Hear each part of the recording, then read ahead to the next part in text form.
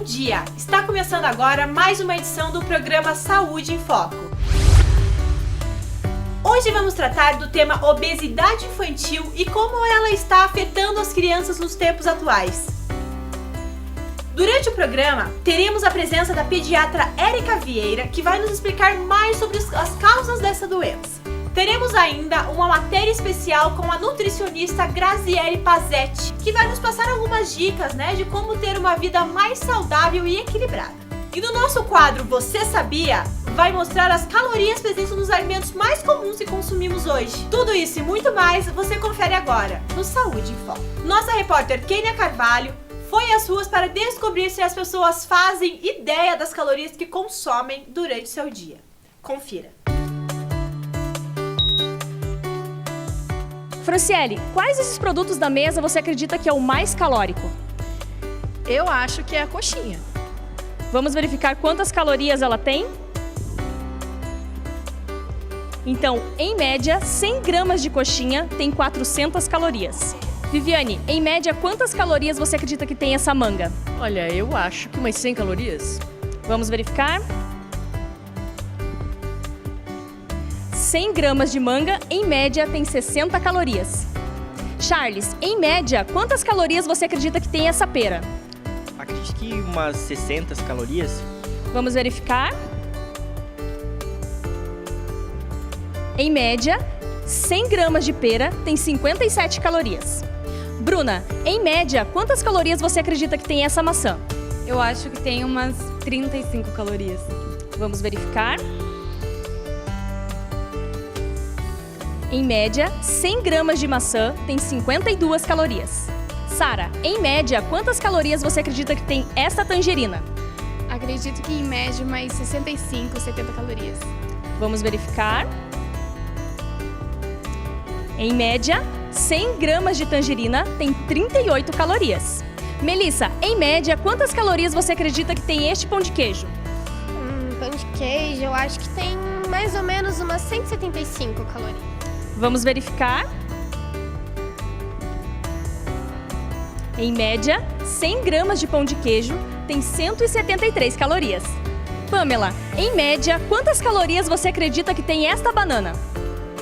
Eu acho que 120, 150 no máximo. Vamos verificar? Em média, 100 gramas de banana tem 89 calorias. Kevin, em média, quantas calorias você acredita que tem uma unidade de esfirra do Habib's? Eu vou olhar ela aqui só um minutinho. Eu acredito que, em média, uma esfirra do Habib's tenha 130 calorias. Vamos verificar?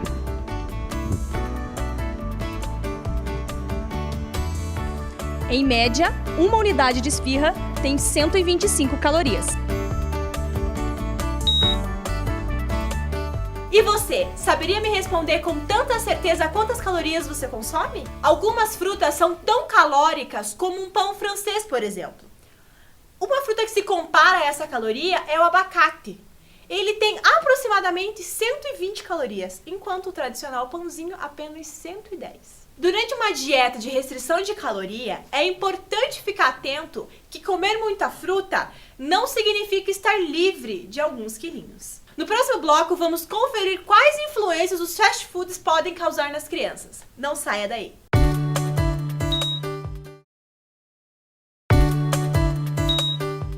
Hoje nosso programa está tratando sobre um assunto muito polêmico, que é a obesidade infantil e as suas consequências na vida contemporânea. Nossa repórter Kênia Carvalho traz a história de um menino de apenas 4 anos chamado Eduardo, que já sofre com as consequências da obesidade.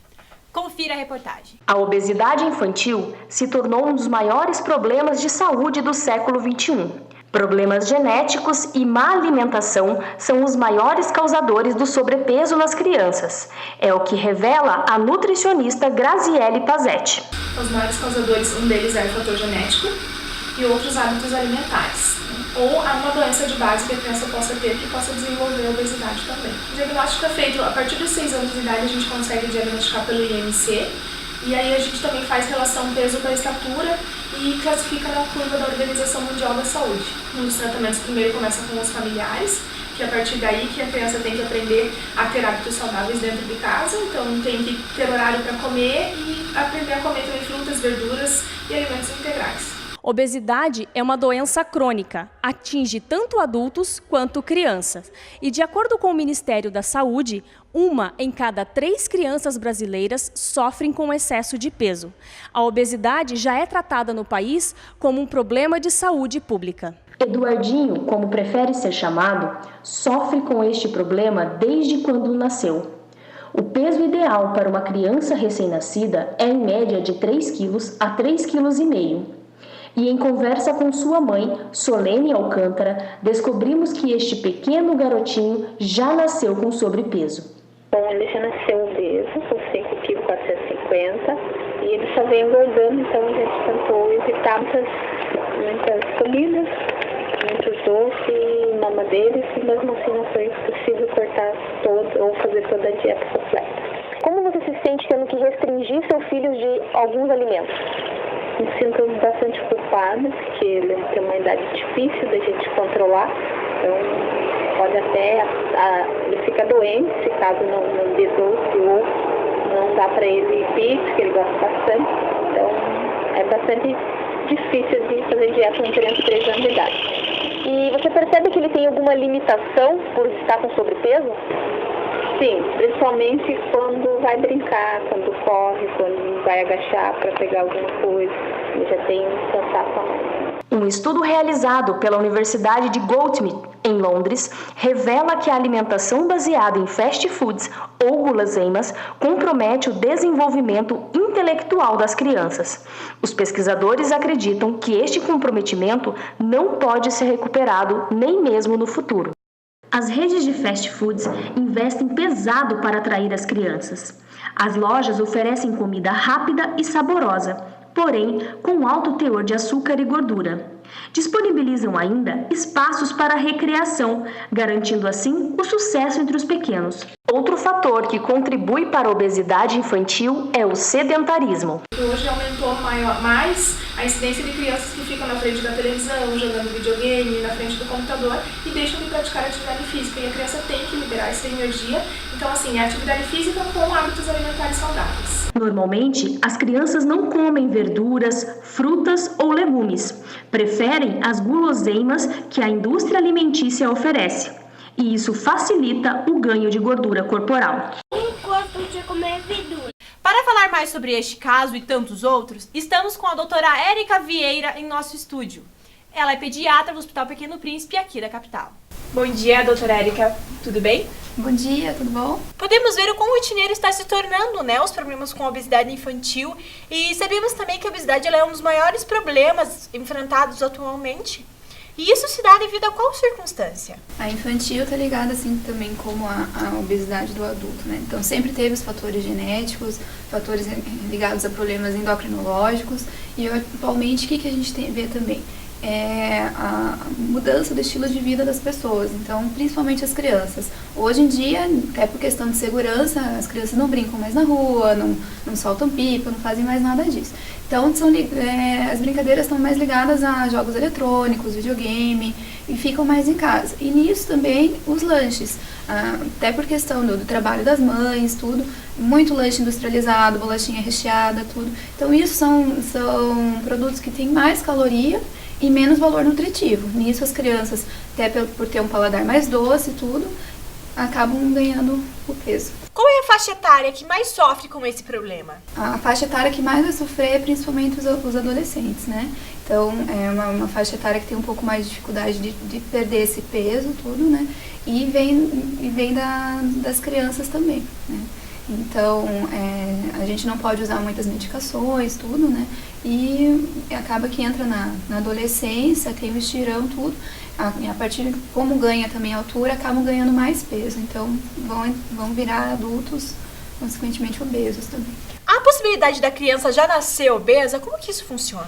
tem sim a possibilidade, a gente tem algumas doenças genéticas, como síndrome de Prader-Willi, que é relacionada a um problema neurológico também. As crianças são bem obesas, isso fecha síndrome, algumas síndromes também com acometimento renal, as crianças nascem sem íris, com insuficiência renal já e cursam também com a obesidade, que é a síndrome de Little, e filhos de mães diabéticas também nascem com um peso maior. Toda criança que nasce acima de 4 quilos, você tem que deixar com um controle de glicemia, que elas fazem uma hipoglicemia muito significativa e na faixa etária neonatal pode levar a um retardo mais para frente. Então elas podem nascer sim obesas. Fora dieta e exercícios físicos, há outra maneira de se perder peso de forma saudável?